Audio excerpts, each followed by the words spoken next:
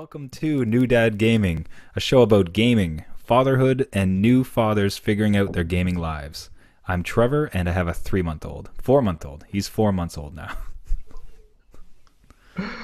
I'm Gavin. I have a 2-month-old.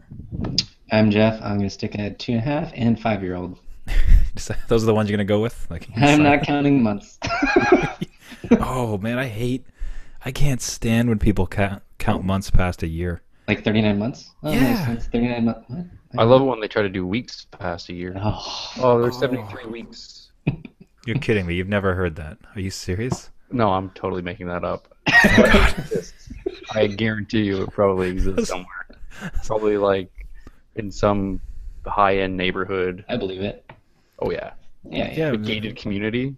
Somewhere in a gated community, there's a 4-year-old whose age is still being referred to in weeks. In weeks, yeah. Yeah, the kid's name is Chester, and Yeah. 385 weeks old. It's very... No, but I've heard some people go like, he's a 74-month old. Yep. Yeah. Like, what am I... 74 months. Why are you?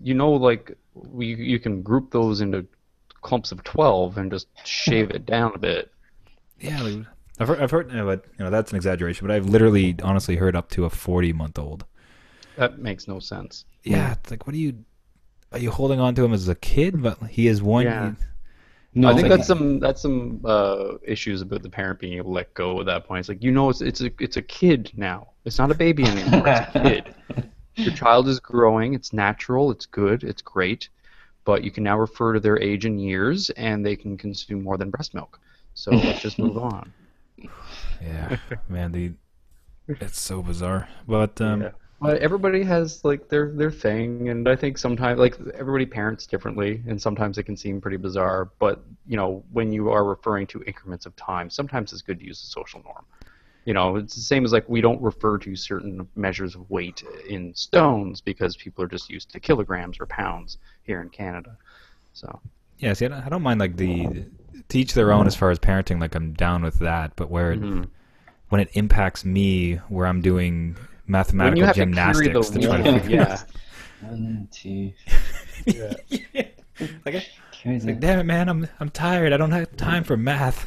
Tell me how old this kid is. Like, I'm happy that your kid is so many lunar cycles, but I don't know what that equates to in normal measurement of time. Yeah. Oh, so it should. Yeah. This is Stuart. He's 18 solstices old. It's half a decade. Half a decade. Oh man, so yeah, it should be noted that for the first show ever, I don't have a coffee, and both Jeff and Gavin have delicious coffees. Delicious. Yep. And It is gonna killing sip me. on these things the entire time, and just we'll all watch Trevor squirm. Every 10 seconds. Of the three of us, I think Trevor is also the one with the strongest biological connection to coffee. Addiction. I think that's the street term for it. Yeah. Is there a Wedding. very polite way of saying addiction?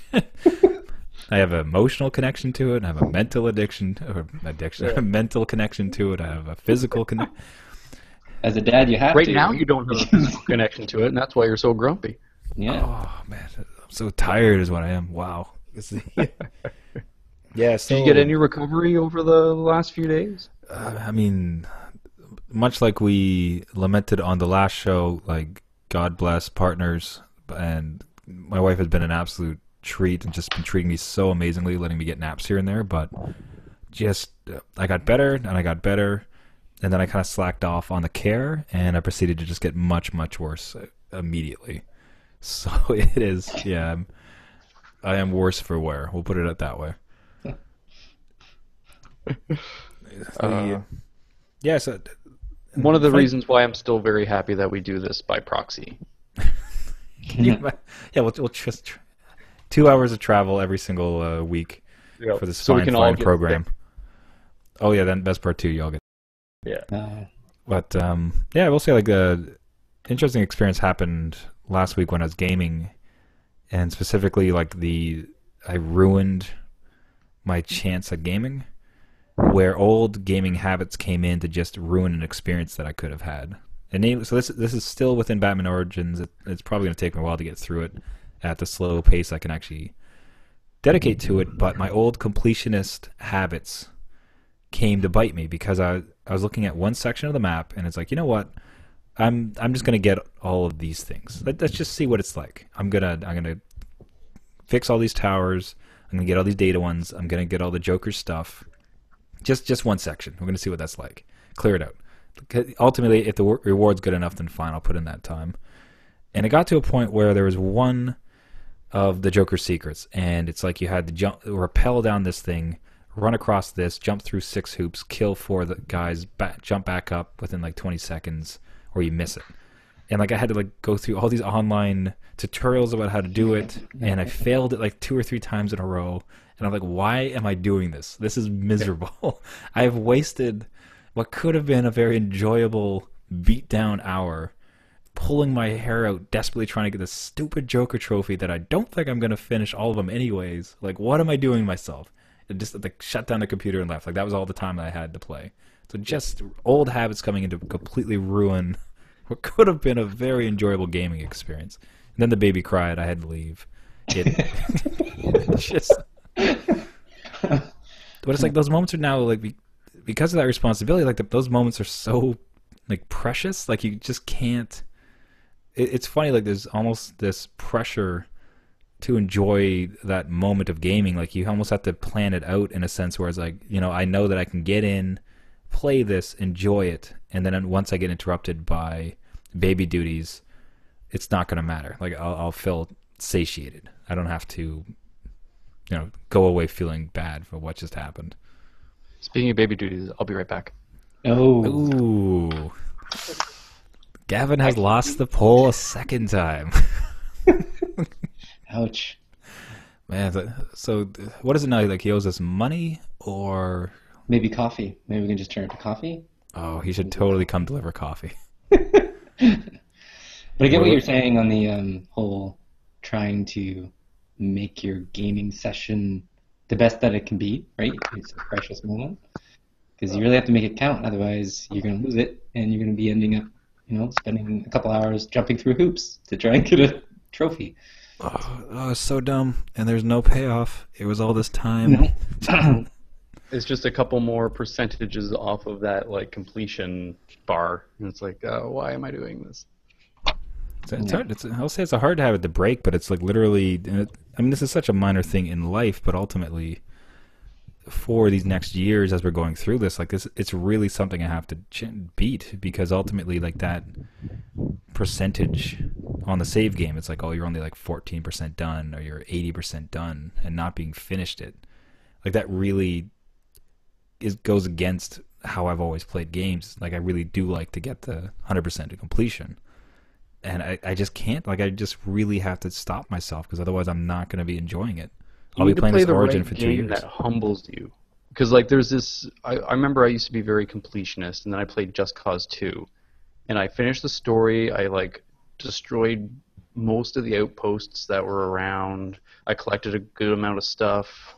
I did all this stuff, and I'm like, oh wow, man, I wonder what my percentage completion was. And I looked at it; it was like 47%. Yeah. And that was after finishing the entire story campaign, all this stuff. I flew under like 80 bridges. I jumped off of most of the buildings. Like, I base jumped everything freestanding. And off of like, goats, off of tractors, like everything. Yeah, and but then you look at it's like a 400 square mile island. So it's like, yeah, of course there's still so much more to do. And I think it's like a buffet rather than a meal. And like if you start looking at these large open world games as buffets rather than meals, you never go to like, you know, like an all you can eat buffet thinking I'm gonna finish this. There's no finishing it. It's there. Yeah, not anymore. And it's like you won't have any room. Even if they don't refill any of the trays, there's just an insurmountable amount of food to consume. Can we pause here for a second? Has there been a time in your life where you actually tried to finish a buffet? I just want to get that. Like, I was a very ambitious teenager. Please, sir, stop! You can't have any more, sir. Run a business. Sorry, continue. But yeah, no, that I think that's the thing is if you a lot of these games too, it's a game design issue as well because like you're carrying a way of playing that used to be achievable, but now like the way side missions work, and you have games like Assassin's Creed which are quite guilty of this, where the number of side missions and things you can do, where it's like, you know, you're looking after like textile manufacturing. And it's like, why am I looking? I'm a medieval Renaissance assassin. Why am I worried at all about textiles? And it's like, well, so you can get new capes. I'm like, I don't care about the capes. But it's like, because you didn't care about the capes, you'll never get past like 70% completion because there's like 20% textiles, another 10% working with a cobbler, so you get better boots. Like all this other stuff that they put into the game, so that way it does have the content for people who have absolutely nothing else to do and they just want to go at it. And I think it's great because it does make the world believable in the sense of there is all this stuff I can do, whether I have time for it or not. It's the same with Grand Theft Auto. They're very much like that. Yeah. You know, there's a lot of these. It's an open world game, and Batman is an open world game, and it's one of those things where it's like, here's your playground, you can do whatever you want. The same with, I'm playing Dying Light right now, and there's all sorts of side missions. Not a lot of weird little side things you can do, but a lot of like fetch quests and stuff like that. And I realize that I'm doing a lot of the same thing, which is just parkour from one end of the zombie city to the other, pick up a box, and then bring it back to the guy, and that's about it. But just think of all the missed like dialogue opportunities though with the manufacturing stuff in Assassin's Creed. Like, these drapes aren't good enough. Sir, what are you doing? Why are you so angry? Let's just say we both like to cut corners. I'm like, stab. Dad joke. Stab. Dad joke. Dad joke. We need like a wah, wah, wah every time somebody does a dad joke. But let's say you 100% that game. Let's say you 100% it. You've gone through Batman. You see the 100 on your, if you play it on Steam or PS4 or whatever, and then they come out with DLC, and that percentage moves back. So as I said, it's a buffet. It's not worth it. Hooray, more refilled game. the chow mein, and you have to start over again. Like that's. Man, I wanted to see. I so badly want to take Gavin to a buffet now, though, and just see. Like, I can't do that stuff anymore. Those days are behind me. well, there's gonna be a lot behind you if you keep up that habit. But dad joke. Dad joke. I knew it again. On a dad joke roll. Get my coffee. So yeah, quickly, guys. Let's. As per always, how was your week? Both from that was a bit of an update for myself as far as dadding and gaming. How about yourselves? How was your week? Jeff?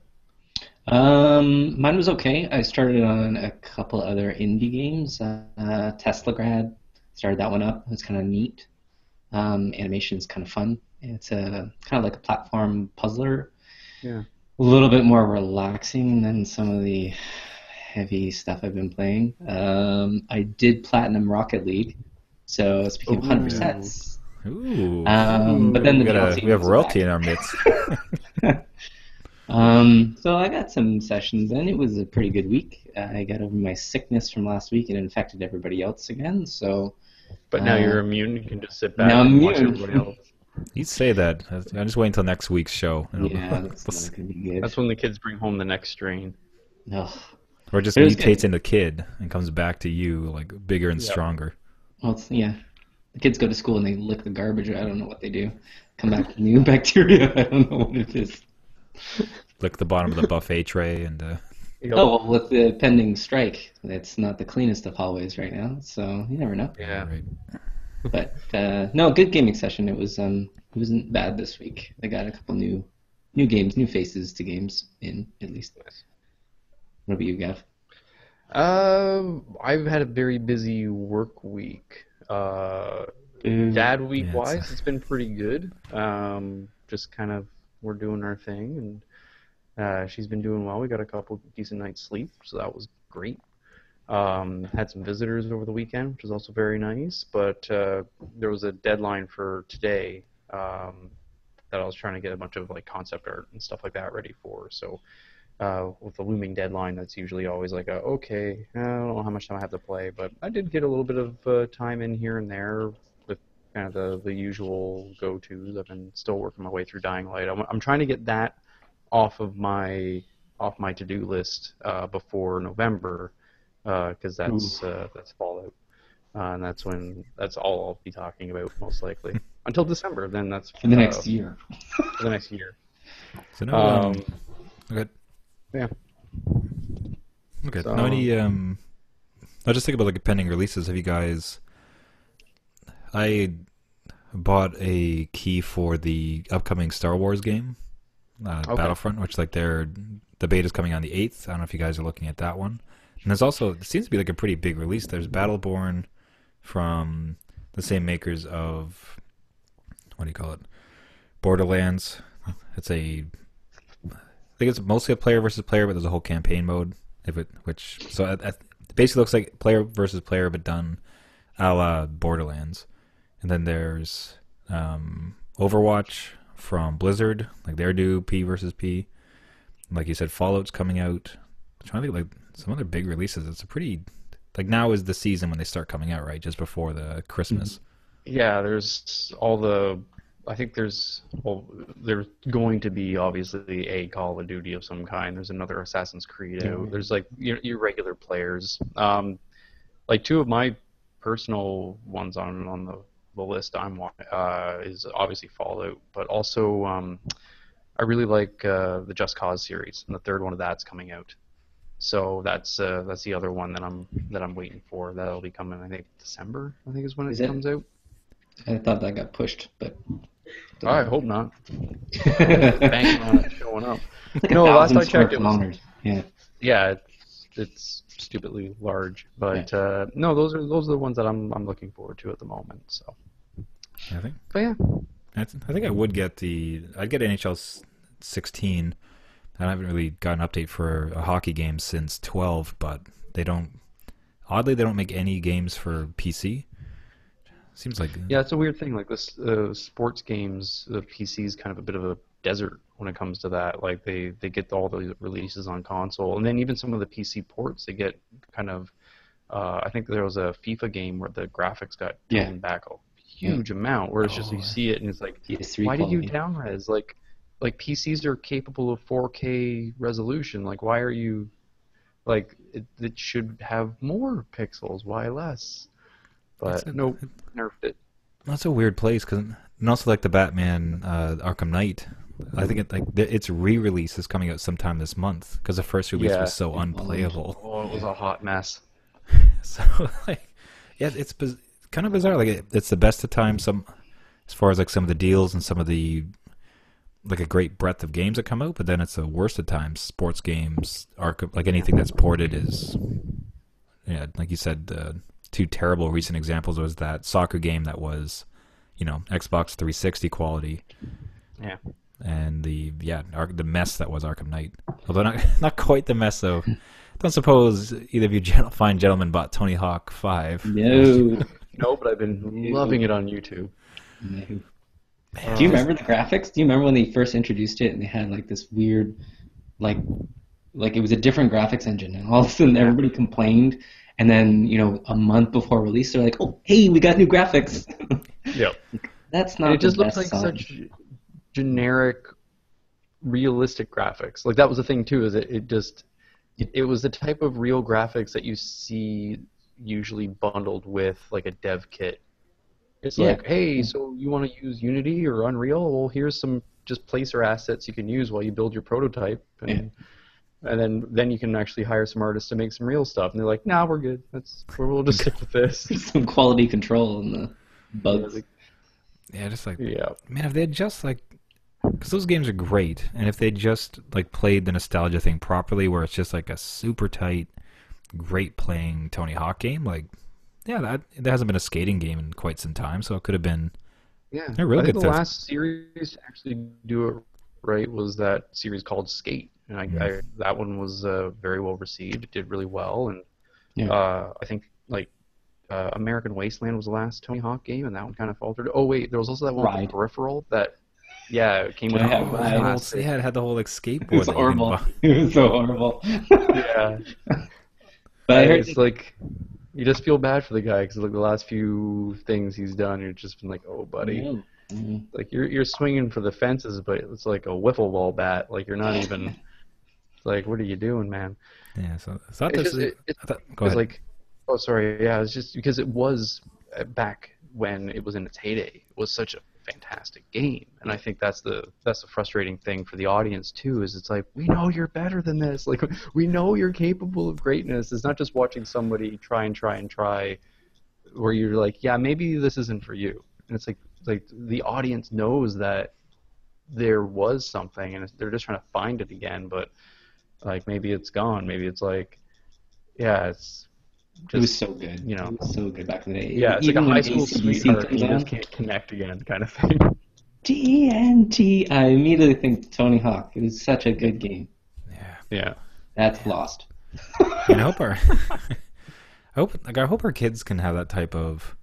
Anybody our age, I think you can say, 007, Tony Hawk, Yeah. like Grand Theft Auto 3, like in any general game like that, and they just immediately like, oh man, that was something. Like there's that whole experience, call it nostalgia, whatever you want to call it, but just the games were so solid. They hit at such a perfect time.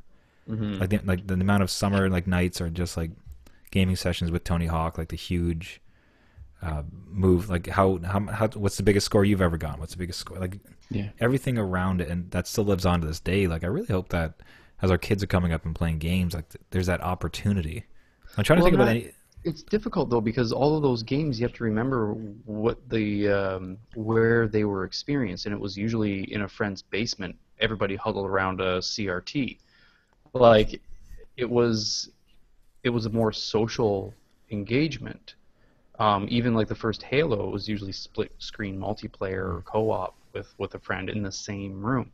And I think now because the online gaming is taking such a higher uh, popularity that you can't kind of elbow your friend and be like, yeah, do you remember that time when?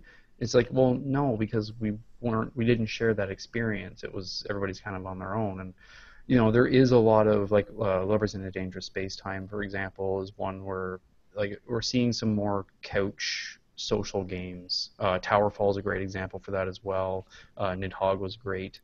Um, there's games out there that are promoting people doing stuff in the same room, and I think those might strike that same chord. But I think unfortunately that sort of everybody playing Goldeneye together, that's not as prevalent because everybody needs their own account and login so they can customize their character and give them a special cape.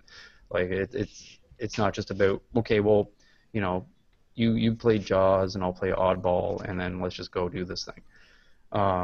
That's sort of by the wayside, and I think it might come back. There might be a bit of a craving for it, but at the moment I'm scared for this generation that's just experiencing that time, like their early adolescence, and all their games are like, yeah, you remember that? Yeah, but that 6 months later we got an update and a new one and DLC, and like the secondary studio released the other Black Ops 8, so now we got to play this now, and like there's not enough time for it to steep with the audience either. So I don't know. That's just my rant about it. Yeah, they're also split across a lot of different devices too, right? So you have them Yeah. with mobile device, you have them with iPads, you have them with, virtual realities coming out. Who knows with that? Motion controls, all other consoles.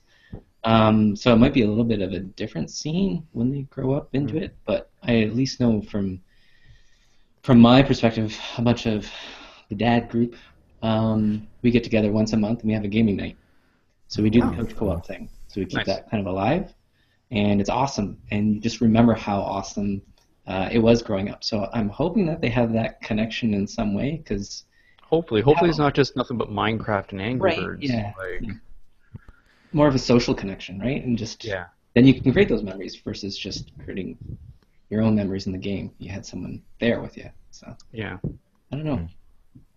I did hear, and again, it speaks a bit to my ignorance about some of the ages around gaming, but there's a interview I saw recently. He was talking about his, I don't know, I think it was like a 12-year-old, and some other kid came over, and he's like, oh, come check out my Minecraft world, and the other kid came in and like hopped in, and now the two of them were just sitting there jumping around in Minecraft on that one world. Like, oh, it's amazing. Hey, let's add this. Like, yeah, let's go ahead and build it. So yeah, it's probably, it just needs it's lacking a lot of the physicality at the moment as far as like that presence with one another. But yeah. But actually, as you mentioned that, like that does sound like maybe that's where it exists. Maybe it's in the games that are a little bit more social creative, and even in like, you know, in defense of that idea of online gaming, like I remember having a lot of really good memories of playing Battlefield with a friend of mine, who I didn't get to spend much time with since he had moved to another city. But we would hang out playing Battlefield, and we had so many times of like, oh, remember that time we were getting chased by a helicopter? We were on a four-wheeler, it was about to blow up, and I jumped off and hid in a bush, and you died? Yeah, that was awesome. Like, I'm a great wingman, by the way. Yeah, duly noted.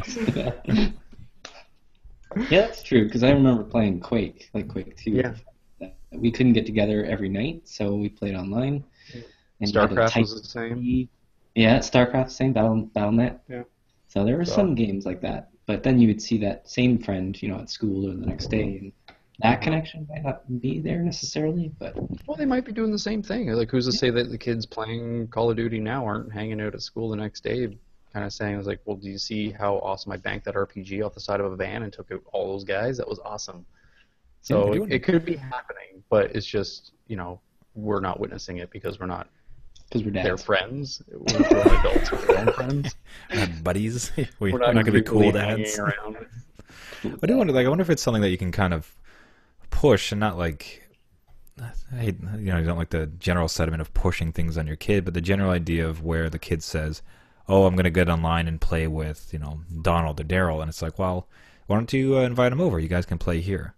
It's almost like, you know, you, at the very least that maybe you can do, if it's possible, like if they live just a couple blocks down, like just enforce that physicality a little bit to try to promote it, because they wouldn't know any. In some ways, I think it's almost like they wouldn't know better, as far as like, oh, it's easy enough just to hop on. There's like 50 friends, and it's like, well, you know, there's a lot of kind of fun stuff that can happen if you're in the same space, and ultimately, without them knowing it, it's probably a little bit healthier to have actual physical human contact as well. So, you know, it could stand us to say, you know, having had those experiences, to say, no, like, bring your buddies over, like, come have a party here, and everybody bring your laptops, or have a LAN party. What like you cool kids like, right? Have a LAN party. I think the problem with that, though, unfortunately, is sometimes, aside from a LAN party, is the way these games are designed. So much of the customization and the stuff that you're working towards unlocking is linked to a specific account. So it's not like you can all go and hang out on the same console like Goldeneye and stuff like that. A lot of the things that, like, the gamers today have a lot in store with their avatar and with their profile with these specific games. So for them to play, like, at home, they get to play as the character that they built up and customized, whether it be like Destiny or Call of Duty or Battlefield or what have you. As soon as they leave their account login and go to a friend's house, they lose some of that. And I think they're starting to find a nice balance where you can log in, like the cloud storage system, where it's like, oh, I'll log in on your box and we'll play together. And because I've logged in on your box, we can load up my avatar with all of my customization and unlocks. But I think that's the one thing that might be anchoring some kids at home right now from hanging out at another friend's house in the basement, huddled around the TV, is that sense of like, well, if I play at your house, I don't get to play with my character. I have to play with generic character 5. And it's like, I want to play with my customized Master Chief. I don't want to play with just whatever one I get by default. So that could be one of the issues, is that the game design needs to change to accommodate both scenarios. Yeah, I think it's probably a place where it's going to start getting better. I know Microsoft had some pretty lofty ideas around being able to sign into another Xbox with your account. Yep. And having things kind of sync and bring over. I know that Steam, like, I can show up at either one of your houses and just sign in with my account and proceed to grab my game. Now, how much that actually allows you to interplay and, like, go in between them, you know, that's up for discussion. But it might be something that we see a lot of movement in.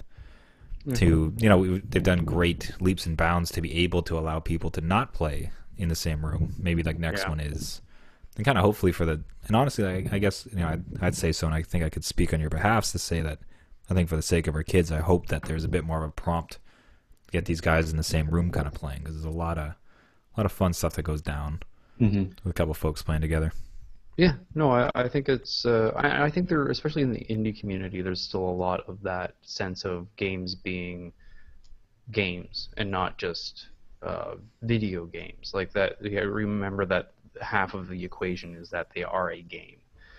They're meant to be played. They're a social experience. They're not just an interactive narrative.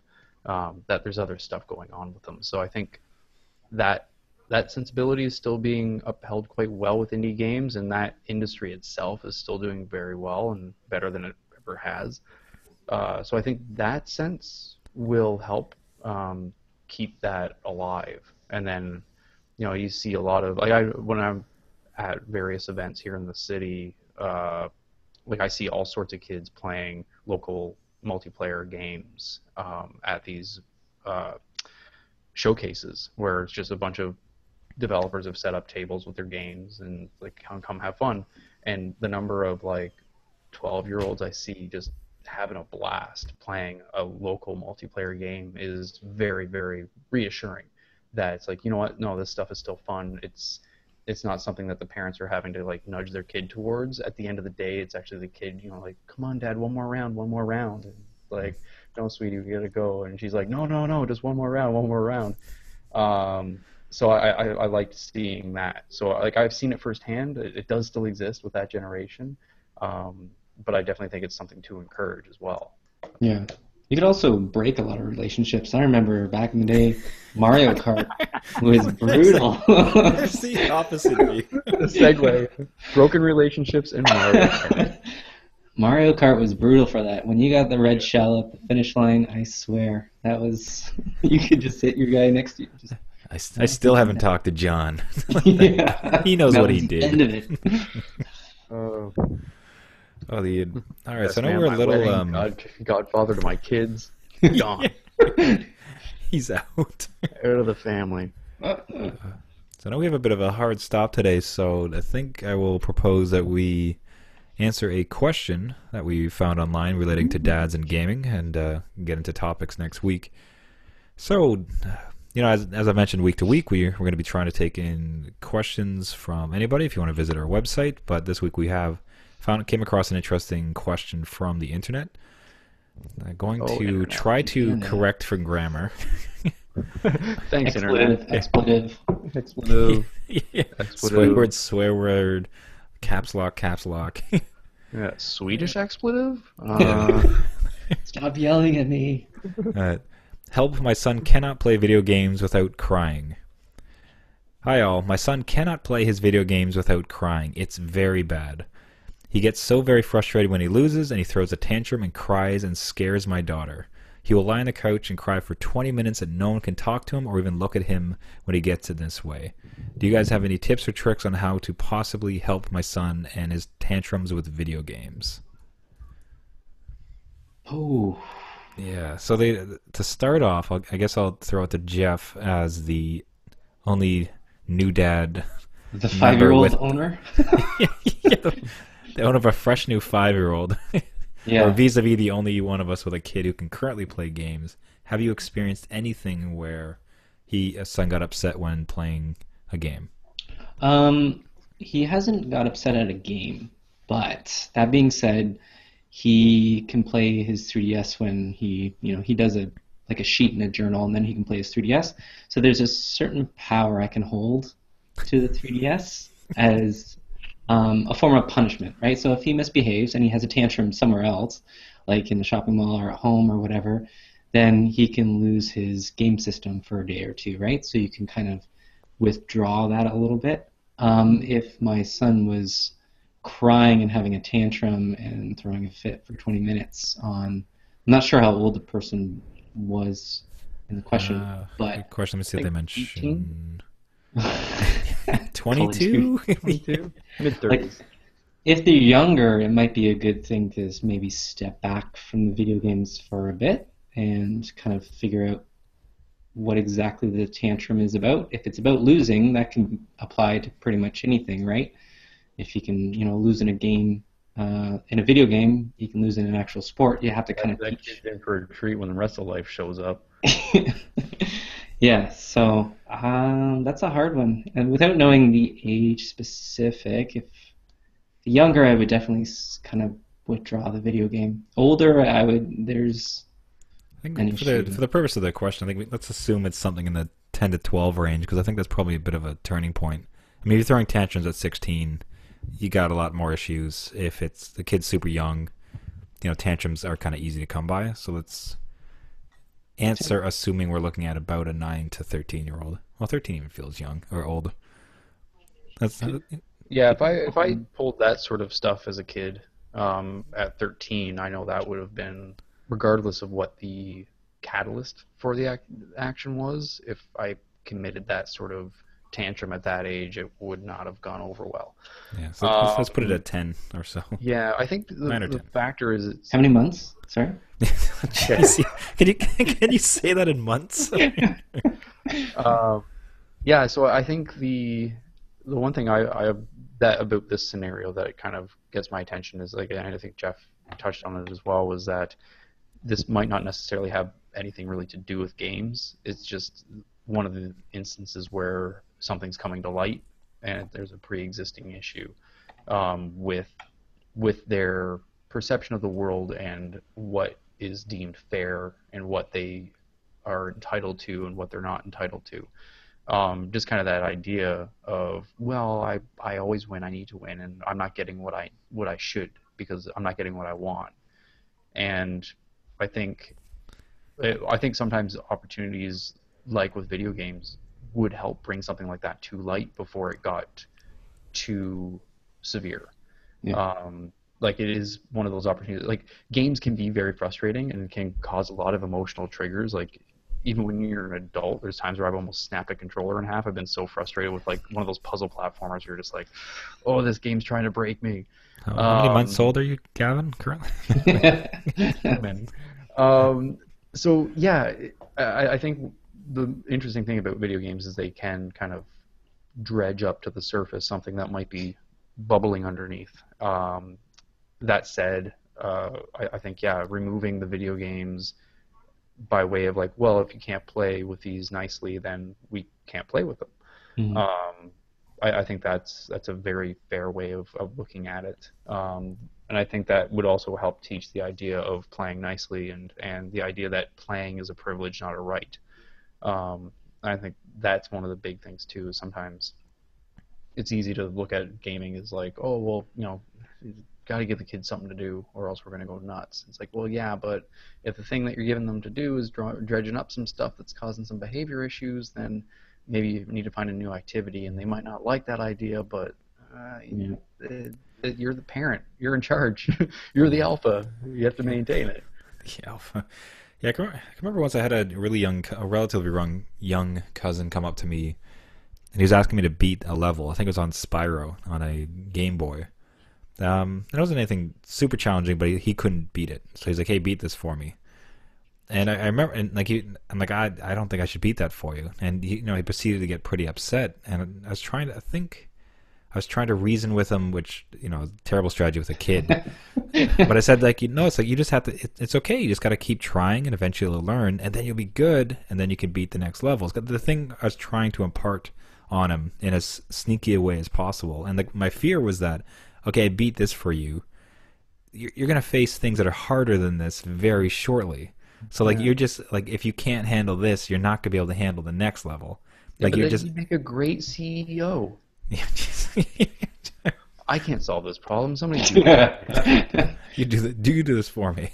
Yeah. I appreciate the business spirit he might have been showing, but as far as a gamer, He's just an had to- MBA and training. so I had to I thought, and I think that was kids. I guess what comes to my mind is there's probably some opportunity for prevention in the sense of what type of games they are. So obviously, like anything that they could avoid that is multiplayer, where other people are going to clearly be better, like much better than them, where it's going to feel frustrating. Because like you said, like I've wanted to snap my controller too, and especially when you're playing other people who are amazing at it. Yeah. It's like, hey, cool, I got another turn dead. Hey, Spawn neat, I'm alive. dead. Dead. Spawn. By the time you're at the age where you're playing like a game where there is that huge divide between player skill, like you should have a pretty good grasp on being a good sport. Like chances are, at this kid's age, they're playing like a round of Mario Kart with their friends, or even with their own immediate family. I think there's like with gaming at that age, like the age where like learning how to be a good sport and learning how to win and lose gracefully, that's still in a pretty controlled environment because they're still pretty young and the games that they're playing. Like they wouldn't just be thrown online playing Call of Duty yet. Like that's still years away. But even if you think about things like the so Hearthstone, a lot of cartoons, like characters, the Super Meat Boy, which is very like very quiet, like cartoony, like fun little hoppy around thing. Like man, like you throw like a 10-year-old against that thing, like although actually maybe they'd be better than I would at it. That's kind of a bad example, but you could see how a kid who's easy to frustration, you give him a game that is just nothing but frustration. It is a game of frustration. Like I think there's a certain level of. But we had to deal with Battletoads. Oh, you didn't have to deal with Battletoads. You had to lose at Battletoads. But that was the thing, is like there were games that were in our generation. See, and you're getting frustrated just thinking about it. So, like seaweeds. Oh, I hate that seaweed so much. But the thing is that our parents can beat it. You're stuck. You needed to get a Game Genie and beat it. Oh, can you imagine your kid, like, you give it to your kid now and he just beats it? Like, he just beats Ninja Turtles. Like, what's your problem, Dad? And you're just, I have no son. I'd be very proud of my daughter if she was able to beat Ninja Turtles in the first go. Yeah, there's a Facebook post if ever there is one. Yeah. But, I hear what you're saying. Again, I think there's some level of prevention. I mean, we've addressed it in other shows, of course. Like you can't, if all I the think it's prevention, but not avoidance. I guess that's the one thing is like find a way to prevent it early, but without avoiding, like, because then it's just like, well, they're gonna run into the frustration of dealing with people better than them at something that they want to be better at. That frustration is going to hit them at some point. So it'd be better for it to be a controlled environment, such as a mutant toad fighting crows, as opposed to like a school project where there's higher stakes or other people involved, where it's something trivial but it evokes the same emotional response. It's a great learning opportunity where you're not worried about repercussions or things at stake. Yeah, what does that learning opportunity look like? So the kid is playing whatever Battletoads, let's throw that out, and he's just like snapping he's upset, just absolutely furious. He's lost it. Like what in your minds, like what is that conversation? Like what is how do you talk him down off of it and turn that frustration with a video game into a learning moment about patience and perseverance, like however you want to like pitch it. That's a hard one. It is. Right? Tricky, it also right? it's based off of the way that you communicate with that kid. Like I know in my case, our child is still way too young for that.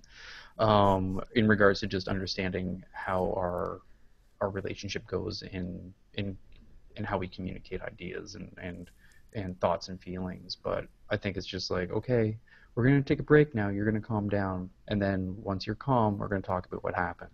Because like doing it when they're in the throes of being frustrated, like the same goes for a full-grown adult. When an adult's in a really bad mood and they're frustrated and they're wanting to throw something through a window, you're not going to get through to them. You got to let them blow off some steam and cool down, and then you get to talk to them and hopefully get some rational thought going. Yeah. Shut up, Gavin. I am calm. What is that? You will get a tantrum out of it regardless, but I'm going to invoke a tantrum from Trevor right now. I'm just sorry, guys. I'm just angry. I still don't have coffee. Don't make coffee sounds. No, I think that's a really damn you both. See mugs flash on screen. I'm just getting like twitches, but Your arm's itchy for some reason. No, I think it's really well said as far as like let them calm down first. Yeah. So that playing game, they get upset. Let them calm down first, and then after they're done that, then have a conversation about what happened. It's like, look, you got angry. And it's like you either have to just play and get better, or not play that game, or then you can have that real talk, and hopefully there's a bit of a Yeah. learning opportunity. And then I suppose after that it's measure. Like ideally, watch them play it the next time, and if it just keeps happening, then maybe that's not the game for them. Like, Yeah. and that's the thing too, is to teach them sometimes there's certain pursuits that aren't worth pursuing because there's nothing to gain from them. So, you not only learn how to be a good sport and how to lose gracefully, but also learn the idea of activities and futility. And it's like, yeah, this is an effort in, like, there's nothing to be gained from it, so there's no point in putting yourself through it. So it's learning how to let go, and there's a lot of learning opportunities in the emotional frustrations that games evoke. but Dad, there's just so many trophies on the map, and I just want to get them all. Have to do They're them just all. put there by frustrated game developers who are trying to meet a quota. It's okay. I'll pay the $9, so I'll be beaten. Don't worry I just about want it. them all. I just want them all. Yeah, that's like, yeah, you're saying that, and in the back of my mind, I'm like, yeah, just let them go. Let those trophies, let them sit there. You don't have to do it. You're bigger than those trophies. Yeah. You're Batman. Just Just sing the Frozen song. just let Enigma go. Let Mr. Freeze sing the song from Frozen to you. Let Tie it the go. two worlds, let it go. Oh, horrible. Perfect, wonderful. I want to point out, I believe we might have missed the topic again. Yep. About Oh, yeah, backlogs. Blew Yeah. it. This is the second time we've neglected a topic about neglecting games, and I'm loving it. I'm absolutely loving it. We'll get to it one day. He'll sit up there on our shelves just teasing us. Yep. Don't worry, I'm totally gonna play that one day. It'll Though. be the Don't worry last about it. episode. I get like the last. On our 100th episode special, well, I can come back and address everything we've Finally missed. get it.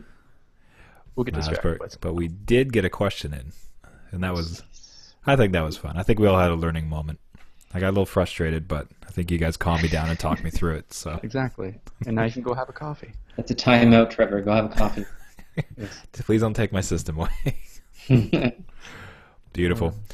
Well, everybody, that wraps it up for this week. We do this show weekly. You can find us on our website at newdadgaming.com. If you have any questions yourselves you'd like to submit, please do. Please reach out to us. Link, subscribe, tell us to your friends, tell us to your kids. It's never too young for them to listen to this podcast. And until next Well, week. maybe. I don't know. We'll see about my. There's no swears. You don't swear. Yeah, we've been pretty good so far. Have I been good? I don't know. Yeah, All right. I think you've just been sticking to coffee, so there's been no swears just yet. Okay. Well, That'll we'll be- put a parental advisory up if there's whiskey in the mug. They will just have like a kid squeak or like a rattle go whenever someone like drops an F-bomb or something. There Yeah, you go. exactly. There we go. And the dad joke song. We need the dad joke. Oh, Yeah. There we go. Perfect. All right, everyone. So we will see you next week, and until then, I am Trevor, and I have a 4-month-old. I'm Gavin. I have a 2-month-old. I'm Jeff. I have a 2.5 and a 5-year-old. Wonderful. See you next week, guys. How many See weeks ya. was that? Oh, that's right. Jeez, yeah. Yeah, please keep it to years. Please keep it to years.